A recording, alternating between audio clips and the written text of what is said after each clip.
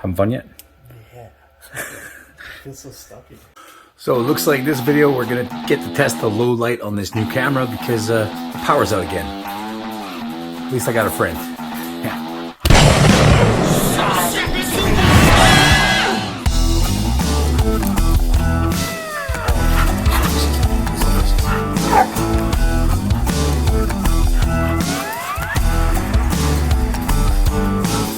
Alright, so I got a few things left to do on the FD still trying to get it kind of street ready, kind of be able to do its thing out there.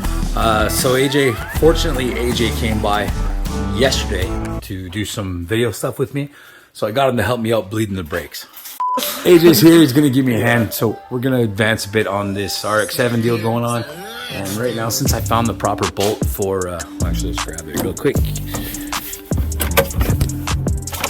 I found it. I got the proper bolt for the brake system, so I'm going to swap that out really quick, and then he's going to help me bleed the brakes.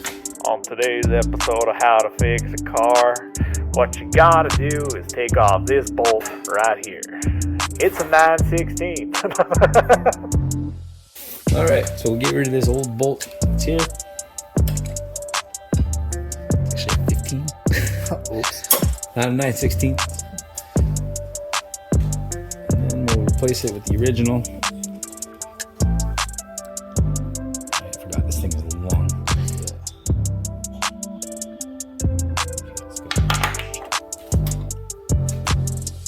Do it so you guys can see what I'm doing. Keeping that brush washer on top and the one on the bottom.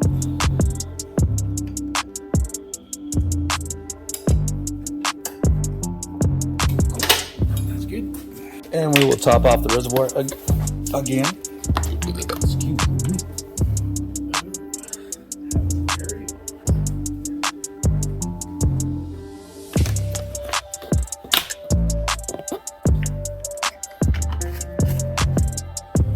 Having a hard time there, bud? Having a hard time there, bud? So what we're watching for here, air pockets coming through the line.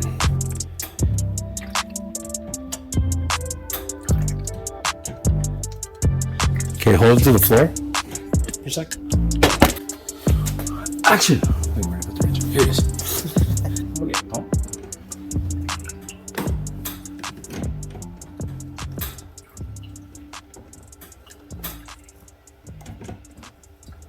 You can let it go.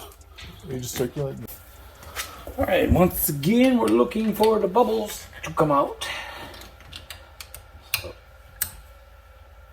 Alright, start pumping. Keep an eye on the tube. That's why I have the clear tube here, so you can see the air bubbles go through. The reason you got to get those air bubbles out is because when it starts to get hot, it's going to boil a little bit. Those air pockets are going to give you a really funny, spongy feeling in the brakes, lead to brake failure. Something you're going to drive faster, take to the track, you want to avoid that as much as possible. Okay, hold the floor. Okay, you can go. Look, I have a hard time fitting in there. How close? Your head must be close. Yeah, it's good. You got the helmet on. You're definitely hitting. Don't move. And you're what? 6'4"? I don't know. Yeah, something like that. Must be something like that. I'm 6'2", apparently. Taller than me, so knees up in the steering wheel. Where's the steering wheel? Can you put it on? Oh, it's just that I want to see if you can like actually fit. Oh yeah. Oh, just. Cool. James Dean can do it. You can do it. Oh, yeah, for sure. Not with the stock seat and steering wheel though. That's why it's in there. But I can't get out. If there was a stock steering wheel, I would not. Yeah, that's it. That's the problem. I feel like so stuck. I can like squeeze out there, like do a little roll thingy, but Yeah, but you really gotta pick where you park your car. There's a hill right next to where you get out. Yeah. Why park so close to beaches? And there's pressure, eh, when you pump the pedal now? Yeah. Yeah, got full pressure now. Right away? Yeah. Perfect. You can hear the clicking noise. Yeah, it's probably not even supposed to make that noise. It's like all the tubes flexing under pressure, ready to snap. Something hitting the fire. Ding. Probably figured out what I'm doing. 100. Yeah, when you're going too fast, that's when you'll find something that's wrong with it. That's one more thing done for now. Brakes bled. I'm gonna have to check out that diff and then put those back wheels on. First, I'm gonna probably play around with the muffler setup because of the new bumper and do all that stuff I was talking about there. And of course, interior work. I still got a pump, right? No, you're good. You can get out. You're just sitting in there. I thought you were just enjoying sitting in there. Oh, I'm enjoying sitting in here, but at the same time, I was like, wait, I was just about to get out. So I was hoping, like, wait, do I have to get back in after? Don't want to do that twice. So as I was playing around with the car and underneath it, I realized that the differential probably has no oil in it. Two reasons I believe that's so. There's oil everywhere around the axle inputs, and there's oil off the bottom of it, and it used to leak, and now it's not leaking anymore. So just to be sure, probably not going to fill it accurately or adequately, but I just want a bit of oil in there for testing purposes for running the car, just so it doesn't blow up. It's a welded differential still, so it could probably grenade at any moment. I just don't want it to be at this moment. All right, let's do a little color test. Whoops, a little more than I wanted to do, but yeah, it's actually purple. So we'll put the cap back on. I took the liberty already of chopping off the top of the nozzle, so get the oil out. I'm gonna take this hose,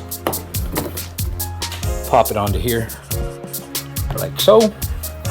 And we'll get underneath the car and fill it up. All right, I'll try to do this so that you guys can see what's going on. This, I'm pretty sure that's the drain plug, and that's going to be where we fill it at, and that's probably for the level also. So I already cracked it loose because these things can be a bitch. So undo the screw and then start squeezing in some oil. Yeah, it's pretty dry. That's not cool. Oh, neither is that. Came off both ends. So just go like this.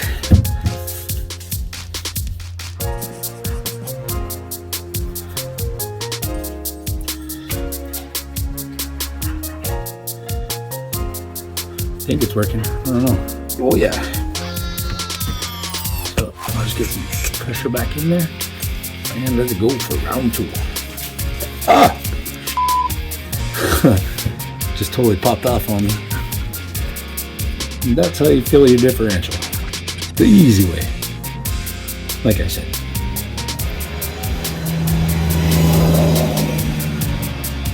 Might not be enough in there, but at least it's going to be on the safer side of not blowing up, hopefully. Let's go with that. Where's that bolt?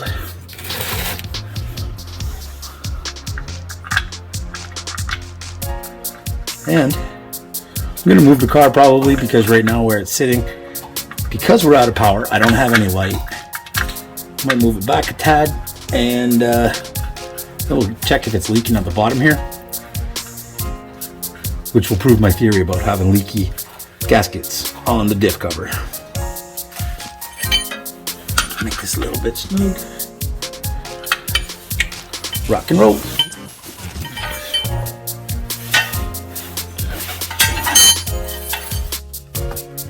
All right, put the stock parking brake back in. The problem with the hydraulic handbrake is that, ooh, I found the plug too. The problem with the hydraulic handbrake is for street use and stuff. It's fun and it's good to have when you want to rip it, but the downside to the whole thing is that when you want to actually park somewhere, there's not really any way to lock that hydro brake. I mean, there was, but kind of ruined that. So I'm not really sure how I'm going to do this or what I'm doing, but probably have the camera on this side to show you exactly. I'll grab the camera in a second. Flip it around.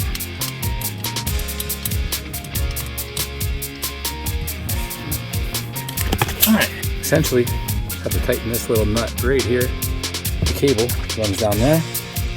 When you bolt it all in, it should fit nicely right about there. But don't. Oh, there we go. And there's a little plug here too for the handbrake. It tells whatever when the handbrake's on, it'll switch. Had to mount the seat super low because, like you saw with AJ in the car, he's almost hitting his head, and I'm almost as tall as he is. Little brother's taller than me. But yeah, I have to put the seat super low, and usually I have to take the cushion out if I'm wearing a helmet. So that's the way it is. Ratchet wrenching, and I'll get back to you when it's all installed. All right. say. Doesn't feel very tight, but it is in. I can't take that more. I think I got it. Nice pressure, feels good. Now we'll move on to putting all the trim back on. The trim pieces, we'll start with, you can't really see it good, I apologize again. There's no lighting because there's still no power. But you put this little piece back on with the Velcro. And then this bad boy can sit back down here. This thing is pretty finished.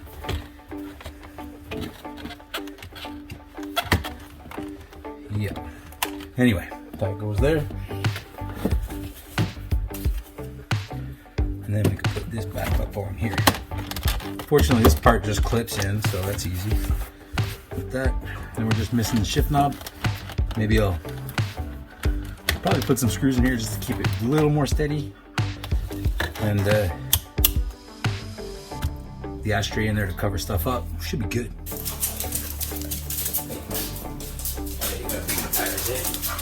You got a thing for tires. Relax. Go down. Come. Go down, pup.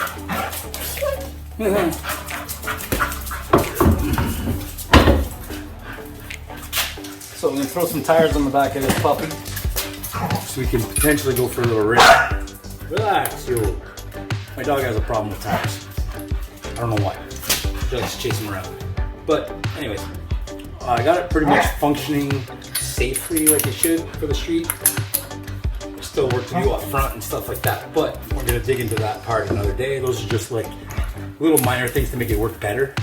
Everything's working now. So I'm gonna throw wheels on it, go for a ride, maybe go get some fuel.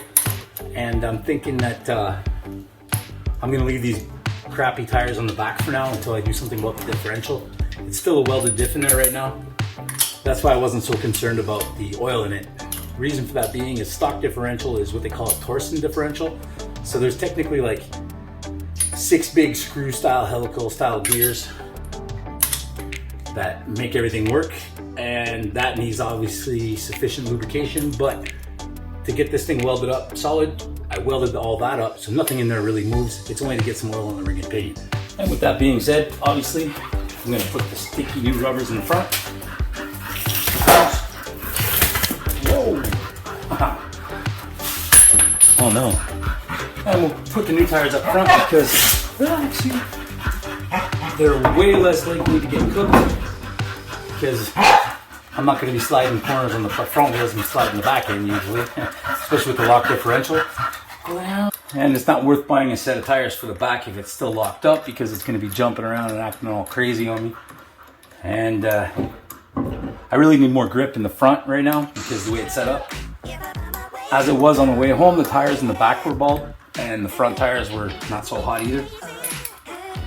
But the car seemed to always want to push itself straight no matter what, even in the corner. So I had no choice but to use the balance of the car to do like a little bit of slip angle steering kind of thing. I'm hoping with sticky tires in the front and not so sticky in the back, it's going to just like basically drag the ass end around. Again, I'm just street driving it, no performance driving, not going to go crazy fast. I'm not going to slide around a corner and third gear pin. So I'm not too worried about it. I just want it to feel okay on the road. You know what I mean?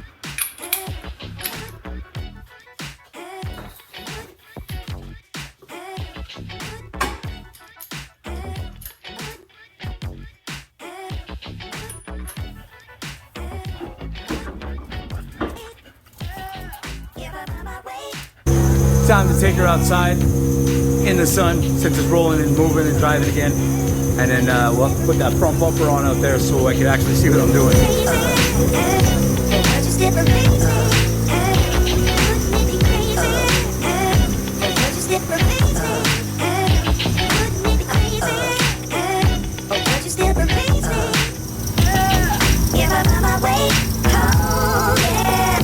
This is the movement for those who... All right, well, I guess I'll take it for a little test ride and we'll get some fuel. See how she does. I don't think you'll be able to hear me talking very much, but if I just flip the camera around by touching this, boom, you get to see what I see, more or less. Windshield's dirty, but let's just go for a cruise. Sounds good?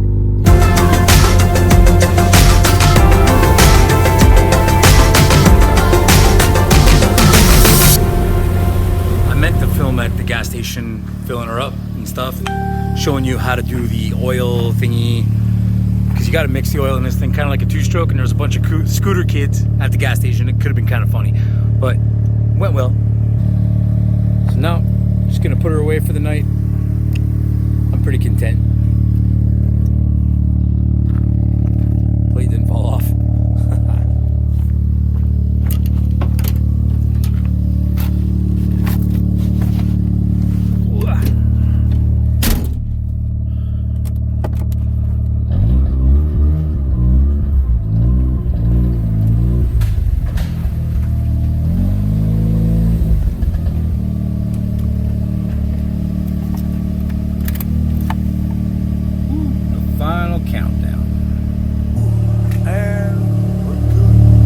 That's it for tonight, guys. Thanks for watching. The power's back on. Right on. We're gonna have more progress soon because there's still lots to do. There's always something to do. That's it for today's video. See you guys next week or next video, whatever it is. Check in, subscribe, all that fun stuff. So, peace.